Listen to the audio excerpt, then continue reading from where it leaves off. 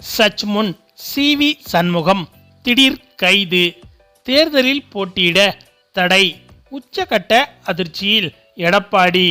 அதாவது இன்னும் சில தினங்களில் தமிழக சட்டமன்ற தேர்தல் நடைபெற இருக்கிறது. அதற்காக தமிழக கட்சிகள் அனைத்தும் தீவிரமாக செயல்பட்டு வருகிறது. குறிப்பாக இந்த முறை 4 முனை போட்டி என்று சொன்னாலும் கூட அதிமுகவுக்கும் திமுகவுக்கும் இடையே 2 முனை போட்டியாகத்தான் இருக்கும் என்று அரசியல் விமர்சகர்கள் கூறி வருகின்றனர். ஏனென்றால் 4 முனை போட்டி என்று சீமான் கட்சியையும் விஜயின் கட்சியையும் சேர்த்துதான் கூறப்படுகிறது. ஆனால் சீமான் கட்சியை பொறுத்தவரையில் கண்டிப்பாக இந்த முறை 2-3% ஓட்டுகளை வாங்குவதே மிகப்பெரிய சவாலாக இருக்கும். அதே போல விஜயின் கட்சியை பொறுத்தவரையில் அவர் கட்சி தொடங்கிய போது அவருக்கு இருந்த ஓட்டு வங்கி என்பது இப்போது அவருக்கு சுத்தமாக கிடையாது. யானை தன் தலையில் தானே மண்ணெல்லி போட்டது போல விஜய் தன்னுடைய நடவடிக்கைகள் மூலம் அவர் தலையில் அவரே மண்ணெல்லி போட்டு கொண்டார் என்றே சொல்லலாம். அதற்கு மிக முக்கிய காரணம் விஜயின் மனைவி விவாகரத்து பிரச்சனையை கையில் எடுத்ததுதான். இந்த பிரச்சனைதான் விஜயின் ஒட்டுமொத்த அரசியல் வாழ்க்கையையும் குழி தோண்டி புதைத்து விட்டது. வழக்கமாக விவாகரத்து என்பது பிரபலங்கள் மத்தியில் சாதாரண விஷயம்தான். இதற்கு முன்பு பிரபலங்கள் பலரும் விவாகரத்து வாங்கி இருக்கிறார்கள். ஆனால் விஜயின் விவாகரத்து என்பது அப்படிப்பட்ட விவாகரத்து பிரச்சனை கிடையாது. ஏனென்றால் கணவன் மனைவிக்கு இடையே கருத்து வேறுபாடு காரணமாகவும் அல்லது வேறு சில காரணங்களுக்காகவும் விவாகரத்து வாங்கினால் அது அவ்வளவு பெரிய விஷயமாக இருக்காது. ஆனால் விஜயின் விவாகரத்து பிரச்சனையில் விஜயின் மனைவி சொன்ன ஒரு விஷயம்தான் மிகப்பெரிய பூதாகரமாக வெடித்திருக்கிறது. அதுவும் ஒரு நடிகையுடன் தவறான உறவில் விஜய் ஈடுபட்டு வருவதாகவும் அதை பல முறை கண்டித்த பின்னரும் விஜய் திருந்தவில்லை என்றும் மீண்டும் மீண்டும் அந்த நடிகையுடன் தவறான உறவில் இருந்து வருவதாக விஜயின் மனைவி விவாகரத்து கேட்டு நீதிமன்றத்தில் மனு அளித்து இருக்கிறார். இந்த ஒரு விஷயம்தான் மக்களிடையே விஜயின் மதிப்பை பல மடங்கு குறைத்து விட்டது என்பது குறிப்பிடத்தக்கது. ஆனால் இந்த பிரச்சனைக்கு பிறகு கொஞ்சம் கூட வெட்கமோ கூச்சமோ இல்லாமல், அதுவும் திருமண வயதில் மகன் மகளை வைத்துக்கொண்டு நடிகை திரிசாவுடன் ஒரே மாதிரி உடை அணிந்து ஊர் சுற்றிய விஜயின் அந்த ஒரு சம்பவம்தான் விஜய்க்கு எதிராக மொத்தமாக திரும்பியிருக்கிறது. எனவே விஜயின் மனைவி சொன்ன அந்த நடிகை திரிசாவாக இருக்கலாம் என்று பலரும் கூறுகின்றனர்.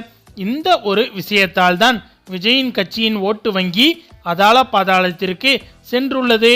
அதுவும் விஜய்க்கு ஆதரவான வாக்குகள் என்றால் அது பெண்கள் மத்தியில்தான் அதிகமாக இருந்தது. ஆனால் இந்த ஒரு விஷயத்திற்கு பிறகு பெண்கள் அனைவரும் விஜய்க்கு எதிராக ஒட்டுமொத்தமாக திரும்பிவிட்டனர். இதனால் விஜயின் கட்சியும் இந்த 4 முனை போட்டி என்ற அந்த வளையத்துக்குள் வராது. இந்த முறை விஜயின் கட்சி 10 அல்லது 12% வாக்குகளை தொட்டாலே அது மிகப்பெரிய விஷயமாக பார்க்கப்படும். எனவேதான் வருகின்ற சட்டமன்ற தேர்தலில் அதிமுகவுக்கும் திமுகவுக்கும் இடையேதான் கடுமையான போட்டி இருக்கும் என்று சொல்லப்படுகிறது. ஆனால் இப்போது வந்திருக்கும் மற்றொரு தகவலை வைத்து பார்க்கும்போது அதிமுகவும் கூட இனிமேல் திமுகவுக்கு போட்டி கிடையாது என்றுதான் சொல்ல வேண்டும்.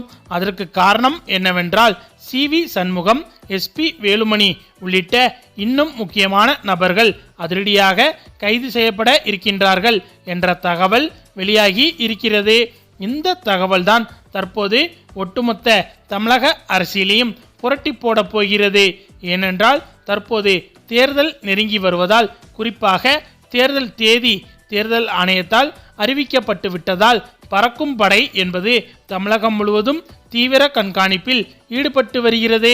ஓட்டுக்காக மக்களுக்கு பணம் கொடுப்பது, பரிசு பொருட்கள் கொடுப்பது என எந்த விஷயத்திலும் எந்த கட்சியும் ஈடுபட்டு விடக்கூடாது என்பதற்காக பறக்கும் படை என்பது தீவிரமாக செயல்பட்டு வருகிறது. இந்த நிலையில்தான் அப்படியாக செயல்பட்டு வந்த பறக்கும் படையிடம் தற்போது அதிமுகவின் முக்கிய பிரமுகர்கள் மொத்தமாக சிக்கி இருக்கின்றார்கள் என்ற தகவல் வெளியாகி இருக்கிறது. அதுவும் கோவை, மதுரை, சென்னை, சேலம், திருச்சி உட்பட முக்கியமான மாவட்டங்களில் கோடிக்கணக்கில் பணம் மற்றும் பரிசு பொருட்களும் பறக்கும் படையினரால் கைப்பற்றப்பட்டது என்ற செய்தி வெளியாகி வருகிறது. இப்படியாக கைப்பற்றப்பட்ட பணம் மற்றும் பரிசு பொருட்கள் யாரால் கொடுக்கப்பட்டது என்ற விசாரணைகளும் நடைபெற்று வந்தது. அந்த விசாரணையில் ஆச்சரியப்படும் விதமாக மொத்தமாக அதிமுக பிரபலங்கள் தான் கூண்டோடு சிக்கியிருக்கின்றார்கள். இது குறித்த அதிகாரப்பூர்வ தகவல்கள் இன்னும் ஒரு சில மணி நேரத்தில் வெளியாகும் என்று எதிர்பார்க்கப்படுகிறது. அதிமுக பிரமுகர்கள் கோடிக்கணக்கில் பணமும் பரிசு பொருட்களும் பொதுமக்களுக்கு விநியோகம் செய்தது என்பது தற்போது உறுதியாகிவிட்டது என்பது மட்டும் தெரிய வந்துள்ளது. இந்த ஒரு விஷயத்தில் குற்றம் நிரூபிக்கப்பட்டு அதிமுக பிரமுகர்கள், அதுவும் அதிமுகவின் முதன்மை தலைவர்களாக இருக்கும் பல பிரமுகர்கள் உடனடியாக கைது செய்யப்படுவதற்கும் வாய்ப்புகள் உருவாகி இருக்கிறது. மேலும் இந்த பறக்கும் படை என்பது தேர்தல் ஆணையத்தால் அமைக்கப்பட்டதாகும். எனவே தமிழக அரசுதான் அதிமுகவுக்கு எதிராக இத்தகைய வேலைகளை செய்கிறது என்று யாரும் குற்றம் சாட்ட முடியாது.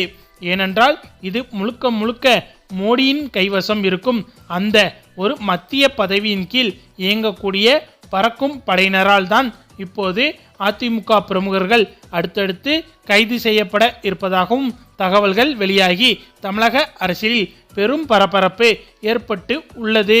இப்படியாக இந்த விவகாரத்தில் அதிமுக பிரமுகர்கள் கைது செய்யப்பட்டால் கண்டிப்பாக அதிமுகவின் மதிப்பு என்பது தமிழக மக்கள் மத்தியில் சந்தி சிரித்துவிடும் என்பதில் எந்த ஒரு சந்தேகமும் கிடையாது. அப்படி மட்டும் அதிமுக பிரமுகர்கள் கைது செய்யப்பட்டு விட்டால் அதிமுகவுக்கு இருக்கும் வாக்குகள் என்பது மிகப்பெரிய அளவில் அடிவாங்கிவிடும். எனவே திமுகவின் வெற்றி என்பது இன்னும் சுலபமாகிவிடும். இந்த ஒரு காரணத்தால் தான் இந்த முறை 4 முனை போட்டியோ 3 முனை போட்டியோ ஏன் 2 முனை போட்டியோ கூட கிடையாது என்று சொல்லப்படுகிறது. எனவே திமுக மட்டுமே ஒரு முனை போட்டியாக, அதாவது அன்ன போஸ்டாக வெற்றி பெறப்போகிறது என்று கூறப்படுகிறது. ஓகே ஃப்ரெண்ட்ஸ், அதிமுக பிரமுகர்கள் அடுத்தடுத்து கைது செய்யப்பட்டால் அது வருகின்ற தேர்தலில் அதிமுகவுக்கு எந்த அளவுக்கு பாதிப்பை ஏற்படுத்தும் என்பது பற்றி உங்களுடைய கருத்துக்களையும் மறக்காமல் கமெண்ட்ல சொல்லுங்க. மேலும் இந்த வீடியோ பிடிச்சிருந்தா லைக் பண்ணுங்க, ஷேர் பண்ணுங்க, நம்ம சேனலை மறக்காம சப்ஸ்கிரைப் பண்ணுங்க. தேங்க்ஸ் ஃபார் வாட்சிங்.